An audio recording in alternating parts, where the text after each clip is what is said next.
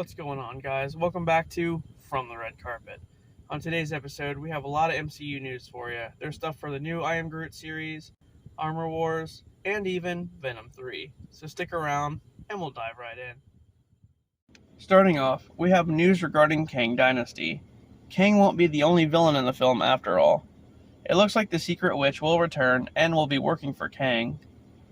From what's been reported, it sounds like Kang will give Wanda access to time travel technology so that she can retrieve her children, Wiccan and Speed, from another timeline.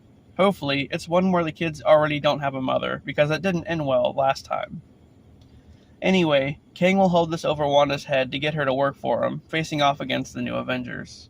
And there has to be something Kang has planned to prevent Wanda from turning on him, because her and Kang are both Nexus beings, which means they're both the most powerful beings in the multiverse. And I can only assume, at some point, Wanda has a change of heart and helps to defeat Kang, but not until later on in Secret Wars.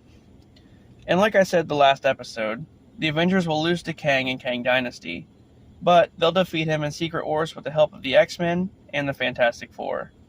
Then, Wanda, along with Doctor Strange and Reed Richards, will fix the multiverse. We may be getting a Wiccan spin-off on Disney+. Right before the writer's strike, Marvel Studios was planning a Wiccan series that would have tied into WandaVision, Vision Quest, and Covenant Chaos. In Covenant Chaos, Joe Locke is playing an older version of Billy Maximoff and is said to be the adoptive son of Agatha. I'm not quite sure how that comes about, but Covenant Chaos will then lead into a Wiccan series. There's nothing really known about that series just yet, but I'm pretty sure it'll involve Kate Bishop, Cassie Lang, and some others, and will eventually lead into a Young Avengers project. But I guess we'll have to wait and see. The Nova special presentation has been scrapped. It's been reported that the one-off short film introducing us to Nova has been put on the back burner for now. This goes along with Marvel's quality over quantity rule that they're going with. And it doesn't mean we're not getting Nova, we're just not getting him right now. I'm sure somewhere down the road, probably after Secret Wars, we'll get our Nova special presentation. It looks like Deadpool 3 is delayed. The film was originally set to release on May 3rd, 2024, but thanks to the writer's strike, that won't be happening. Disney has removed the film entirely from the list of upcoming movies from now all the way to June of 2024. So hopefully these writers and actors get paid their precious money so we can see our Deadpool vs. Wolverine movie. As of right now, there's no release date for Deadpool 3. The Echo series isn't looking good either. According to a stunt coordinator on set, the series isn't going to be very good. Marvel Studios was in the midst of reshoots to fix the series when the writer's strike hit. So now, it's hard to say what will even happen. Overall, Marvel is considering Batgirling the series, and if you're not familiar with that term, it means they're just going to throw the whole thing away after it's finished filming. So there's a chance we may never even see this one. I Am Groot is getting a second season. It looks like young Groot is back with more adventures on Disney+. The series is set to debut on September 6th, so let's check out the trailer. I am Groot. Pew, pew, pew.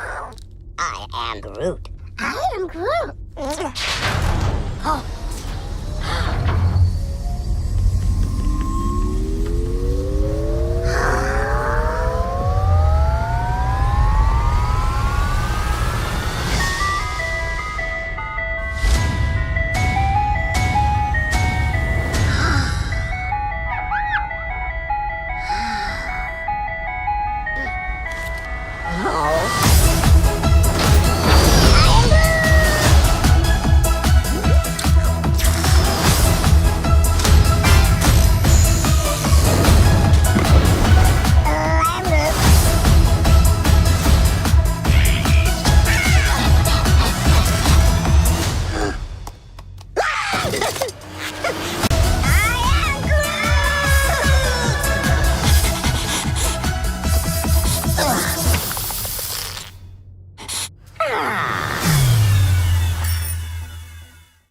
Armor Wars is a highly anticipated movie in the MCU, especially after we just found out that Rhodey was replaced by a Skrull way back in Civil War after he got hurt.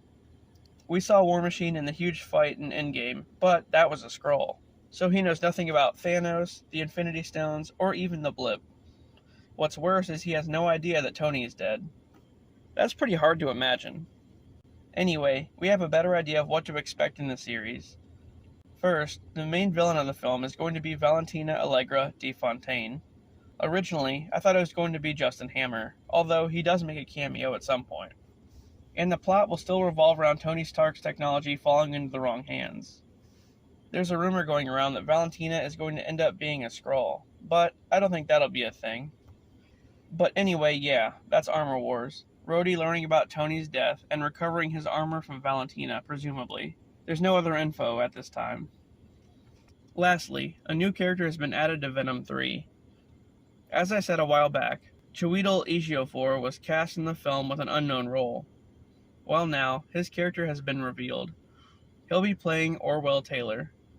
In the comics, Taylor was a former general in the army who had a wife and 2 sons. His son Hugh grew up and joined the army as well, and then afterward worked at the Vault, which is a prison for superhumans. Eventually, Venom tried to escape from the Vault and Hugh was killed in the process. Following this, Taylor gathered together Hugh's brother and some army buddies of his to create a task force called the Jury, meant to bring Venom to justice. So I wonder how much of that will get adapted into the 3rd film. I know it will share a plot with the Toxin storyline that we're getting. And the good news is, this film is the only one whose release date is unaffected by the writer's strike. Well guys, that does it for this episode of From the Red Carpet. If you enjoyed the content, please don't forget to like and subscribe for more, and I'll see you on the next one.